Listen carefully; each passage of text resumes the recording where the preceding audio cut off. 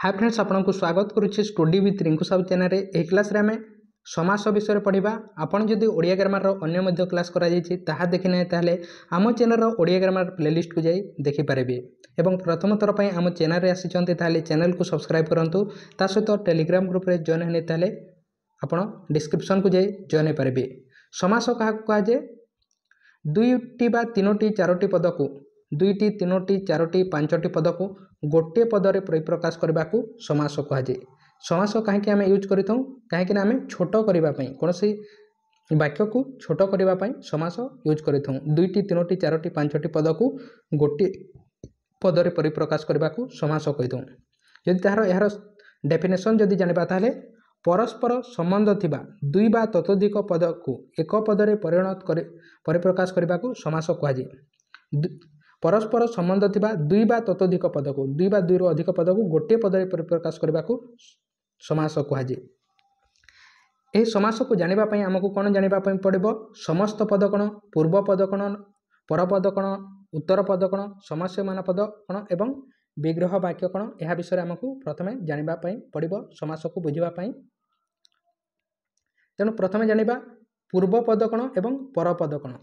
जमीक विद्यार आलय, विद्यार आलय कौन कहबा आम विद्यालय कही। विद्यार होउछि गोटे पूर्व पद अटे। विद्यार होउछि गोटे पूर्व पद, आगरे अछि जोटा पूर्व पद एवं आलय होउछि परपद। आलय होउछि परपद एवं एही विद्यार को आम कौन कहि परिबा? समस्यमान पद मध्य कहि परिबा। आलय को मध्य समस्यमान पद कहबा एवं विद्यालय को आम कौन कहबा? समस्त पद कहबा। एवं एही समस्त पद को जदि आम वाक्य व्यवहार करदेबा ताहले ताहाको आम कौन कहबा? विग्रह वाक्य कहबा। जदि बुझी पारि नाहंती ताहले गोटे एग्जांपल द्वारा बुझिबा। आपण दुकान को गला पर कौन कहबे? सुनारे तैयारी हार। एमती कहंतीनी, आपण कौन कहंती? सुना हारटीए दियो कहंती। तेणु यह सुनारे होउछि एही वाक्य रे जदि आम देखिबा ताहले सुनारे तैयारी हार। एठारे सुनारे होउछि गोटे समस्यमान पद, तैयारी मध्य हो जिवो गोटे समस्यमान पद एवं हार मध्य हो जिवो गोटे समस्यमान पद। बा वाक्यर प्रति पद को आम कौन कही? समस्यमान पद कही। एवं यहाँ छोट कर आम सुनाहार कहीदेबा ताहले ताहाकु समस्त पद कही। एवं यही समस्त पद को जदि वाक्यर व्यवहार करदेबा ताहले ताहाकु कौन कही? विग्रह वाक्य कही। जमीक सुनाहारटी झील को भारी मानुछि, सुनाहारटी झील को भारी मानुछि, यहाँ कौन कह? यहाँ कह विग्रह वाक्य कह। एवं सुनाहार को कौन कहबा? समस्त पद कहबा। सुनारे होउछि गोटे समस्यमान पद, तैयारी होउछि समस्यमान पद एवं हार हो जिवो गोटे समस्यमान पद। आहार जदि आम डिटेल्स जानि नेबा ताहले एठारो आम कौन जानि पारिले? आम देखिले जे वाक्य मध्यरे परस्पर संपर्क थिबा एकाधिक पद को मिसाई देई एक पदरे परिणत करा जाई पारुछि। एकाधिक पद को आम कौन करुछे? मिसाई गोटे पदरे परिप्रकाश करुछे। फलरे वाक्य छोट हो जाउछि। कौन होछि? वाक्यटी छोट हो पारुछि एवं श्रुति मधुर हेउछि। श्रुतिटी हमको कहबा पई मध्य भल लागुछि। व्याकरण शास्त्र रे एही प्रक्रिया को समास कहुए। एथिरु जणा गला जे परस्पर संबंध थिबा दुई बा ततोधिक पद को एक पदरे परिणत करबा को समास कहुए। तेणु आपण जानि पारिले पूर्व पद कौन, परपद कौन, समस्यमान पद कौन, समस्त पद कौन, विग्रह वाक्य कौन एवं समास माने कौन। आहरी डिटेल्स जानि नेबा। समस्त पद क्या कहुए? समास रे पद गुड़िक मिलित हेबा परे जो पद सृष्टि हुए ताहाकु समस्त पद कहुए। समास रे पद गुड़िक मिलित हेला परे जो पद सृष्टि हुए ताहाकु समस्त पद कहुए। अन्य उपाय रे आमे मध्य कहि परिबा समास निष्पन्न पद को समस्त पद कहुए। जमीक एग्जांपल द्वारा जानि नेबा। सिंह चिन्हित आसन, यह समस्त को कौन कहुए? गोटे गोटे पद को समस्यमान पद कहुए एवं सिंहासन को समस्त पद कहुए। सिंहासन होउछि समस्त पद, सिंह होउछि पूर्व पद बा यहाँ को आम कौन कहबा?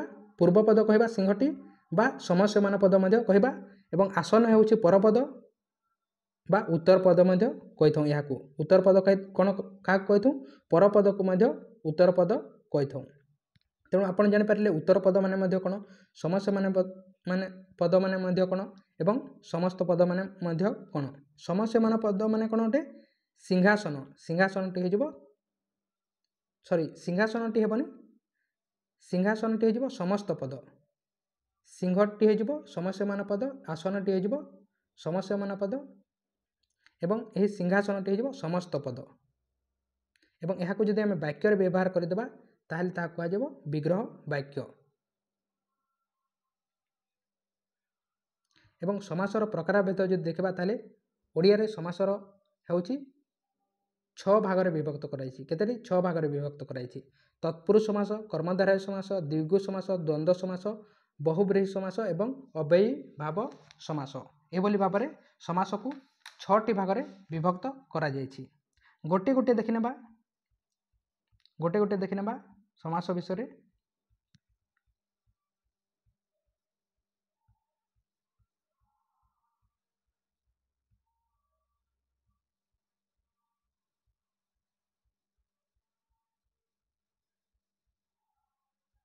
प्रथमे जानिबा अव्ययीभाव समास। कौन जानिबा अव्ययीभाव समास। अव्ययीभाव समास केतेबेले होइथे एवं अव्यय आमे कौन जानिछे अव्यय केबे मध्ये परिवर्तन हुए नाही। अव्यय कहा कहा जाए किंतु ओ एवं अथवा अथच एही समस्त को कौन कहा जाए अव्यय कहा जाए। एवं अव्ययीभाव समास केतेबेले होइथे जो समासर अव्यय पद पूर्व पद भाव में रही अन्य पदर सहित समास होइथे ओ तहिरे अव्ययर अर्थ प्राधान्य थाए ताकू अव्ययीभाव समास कह चेंज होई न थाए से समय ताकू कौन कही अव्ययीभाव समास कही। बा आमे एहाकू जदि कहिबा ताहले जो समासरे काल वचन पुरुष भेदरे कौनसी परिवर्तन घटे नहीं ताकू अव्ययीभाव समास कहिबा। जार कौनसी चेंज होई न थाए ताकू आमे कौन कहिबा अव्ययीभाव समास कहिबा। एग्जांपल द्वारा जानि नेबा। एग्जांपल द्वारा जानि नेबा।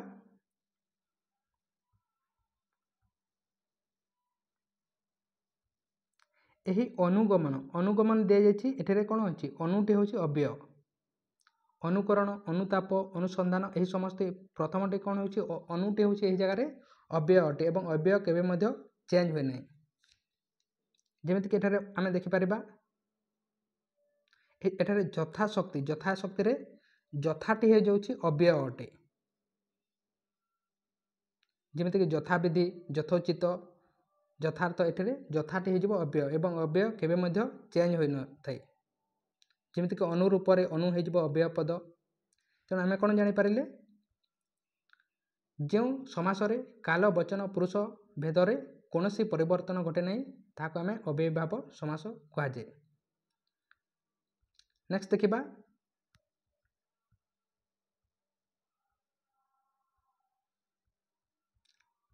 देखिबा बहुब्रीहि समास। बहुब्रीहि समास केतेबेले होइथे अन्य अर्थ को प्रकाश कले से समय बहुब्रीहि समास होइथे।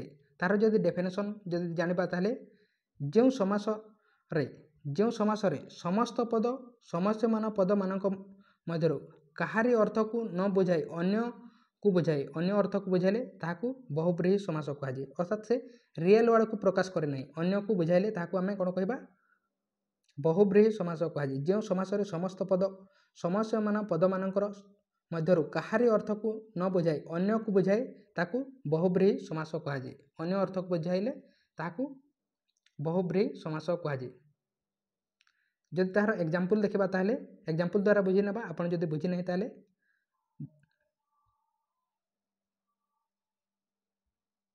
दश आनन मुख जार कौन कहबा दशानन। तेणु दशानन क्या कहा जाए रावण को कहा जाए। तेणु अन्य अर्थ को प्रकाश करुछि तेणु यह कौन कहबा बहुब्रीहि समास कहबा। बीणा पानी हाथ रे जार ता कौन कहबा बीणा पानी। तेणु बीणा पानी माने कौन अटे सरस्वती को बुझाए। तेणु एठारे कौन जानि पारिले आमे अन्य अर्थ को जोटा प्रकाश करे ताकू बहुब्रीहि समास कहा जाए। जो समास रे समस्त पद समस्यमान पद मानक मध्यरु काहारी अर्थ को न बुझाई अन्य को बुझाए ताकू बहुब्रीहि समास कहा जाए। तेणु आमे जानि पारिले बहुब्रीहि समास विषय। नेक्स्ट जानिबा द्विगु समास। द्विगु समास का कहा जाए कौन सी कंबाइन अर्थ रे बा समाहार अर्थ रे कंबाइन कर देबा छोट कर लिखिदेबा बा समाहार अर्थ रे कौन होइथे द्विगु समास होइथे।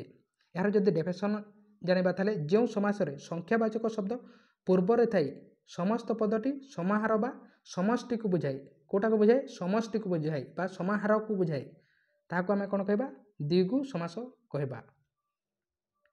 जेमिति कि एग्जांपल द्वारा जानिबा चारि वेदर समाहार चारि वेद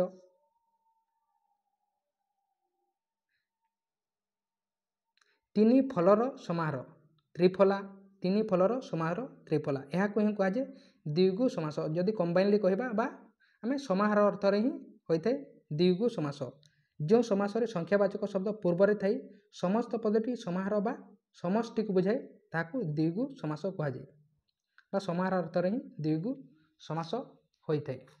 नेक्स्ट समास देखबा नेक्स्ट समास होछि द्वंद्व समास। द्वंद्व समास केतेबेले होइथे ओ द्वारा जेतेबेले एड हेबो कोटा विशेष पदटी जदि ओ द्वारा एड हेबो से जगह रे द्वंद्व समास होइथे। तार डेफिनेशन जानि नेबा दुईटी समास मान पद ओ द्वारा एड हेले से जगह रे कोन होय द्वंद्व समास होइथे। तार डेफिनेशन जानि नेबा प्रत्येक पदर अर्थ प्राधान्य थाई बा अलगा थाई प्राधान्य माने अलगा थाई एकाधिक विशेष पदर मिलन रे जो समास गठित हुए एकाधिक विशेष पदर मिलन रे जो पद गठित हुए ताकू द्वंद्व समास कह जाए। विशेष पद क्या कही जो पद कौन नाम को बुझाई ताकू आम विशेष पद कही था तेणु एकाधिक विशेष पदर समाहार रे गठित होता पद को आम द्वंद्व समास कहबा। एग्जांपल द्वारा जानि नेबा फूल और फल यह कौन होइछि ओ द्वारा ही एड होइथे ए द्वंद्व समास रे ओ द्वारा ही एड होइथे। जेमिति कि राम लक्ष्मण सीता एठारे राम लक्ष्मण ओ सीता को आम राम लक्ष्मण ओ सीता एठारे कौन होइछि तीनोटी विशेष पद होइछि ओ द्वारा एड होइथिबो बा दुईटी तीनोटी विशेष पद जदि एड होइथिबो ताहले से जगह रे कौन होइथे द्वंद्व समास होइथे। नेक्स्ट देखिबा कर्म धारय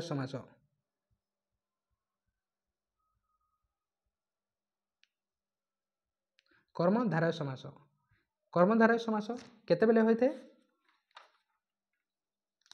विशेष और विशेषण मिसिगले कर्मधारय समास होइथे। केतेबेले होइथे विशेष एवं विशेषण मिसिगले से समय कर्मधारय समास होइथे। विशेष और विशेषण पद को नहीं जो समास गठित हुए ताकू कर्मधारय समास कह जाए।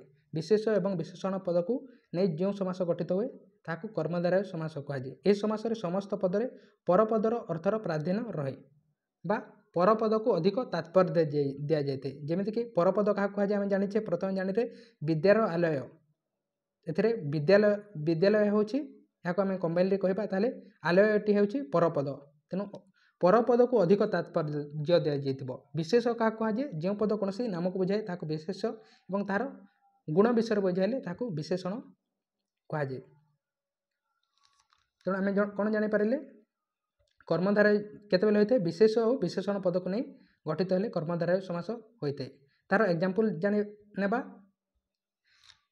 नील अटे कई नील कई कईटा कौन अटे विशेष अटे नीलटा कौन अटे विशेषण अटे नील अटे कई नील एवं कई मिसिक कौन होइछि नील कई होइछि नीलटी कौन अटे विशेषण अटे कहीं ना एही कईर गुण विषय जनाउछि केमिति कई नील कई तार विशेष एवं विशेषण मिसिछि से जगह कौन होइथे कर्मधारय समास होइथे। नेक्स्ट देखिबा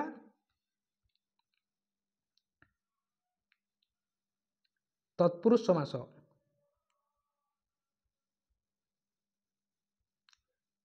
नेक्स्ट देखि नेबा तत्पुरुष समास केतेबेले होइथे तत्पुरुष समास द्वितीया ठारू सप्तमी विभक्ति पर्यंत द्वितीया ठारू सप्तमी विभक्ति पर्यंत विशेष और विशेषण पद मानकर समाहार रे गठित होइथे और परपदर अधिक तात्पर्य दिया जाइथे से जगह रे कोन होइथे तत्पुरुष समास होइथे।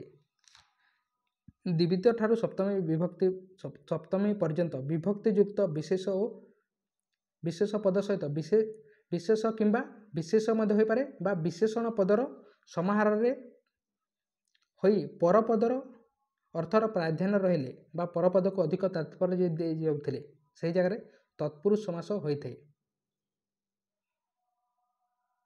तेणु आशा करुछि आपण बुझी पारिथिबे समास विषय रे। तेणु थैंक यू। ଆପଣ ଯଦି ଚ୍ୟାନେଲକୁ ସବସ୍କ୍ରାଇବ୍ କରିନାହିଁ ତାହେଲେ ସବସ୍କ୍ରାଇବ୍ କରନ୍ତୁ, ତା ସହିତ ଟେଲିଗ୍ରାମ ଗ୍ରୁପରେ ଜଏନ୍ ହେଇନି ତାହେଲେ ଡିସ୍କ୍ରିପ୍ସନକୁ ଯାଇ ଜଏନ୍ ହେଇପାରିବେ।